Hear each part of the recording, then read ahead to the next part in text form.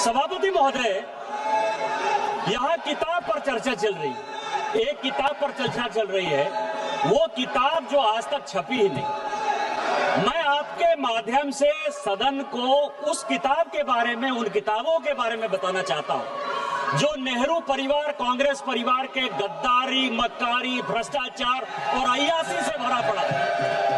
और वो सब छपी हुई किताब है सर।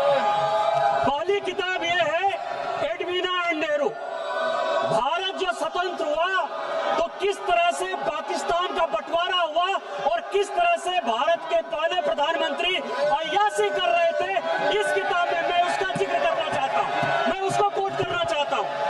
दूसरी किताब है सर, जो मथाई साहब, जो नेहरू साहब के पिए हुआ करते थे, वो कह रहे हैं कि इंदिरा गांधी के साथ उनके व्यक्तिगत संबंध थे और उन्होंने भ्रष्टाचार के आरोप में जो है उनको हटाया। ये बोलने दिया मैं सर, और मैं उन किताबों का जिक्र कर रहा हूँ। मैं सारी किताबें लेकर आया हूँ जिन्होंने अय्यासी, मक्कारी और भ्रष्टाचार से पीड़ित इस कांग्रेस का हाल ये सारे देश को समझना चाहिए। ये किताब है सर, दरेक सारी सोनिया जी की किताब है ये सर।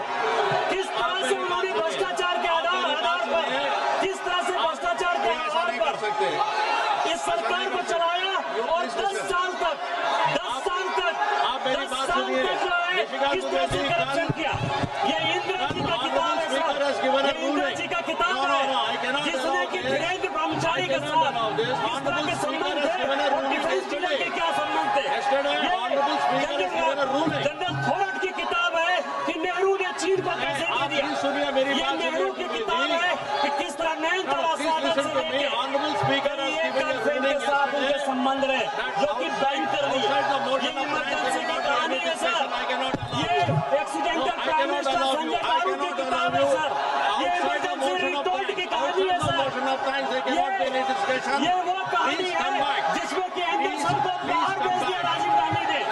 ये कॉलिन हरिमन की कहानी है कि किस तरह जुडिशियरी को इन्होंने बर्बाद किया। ये बोफोर्स की कहानी है कि कोची से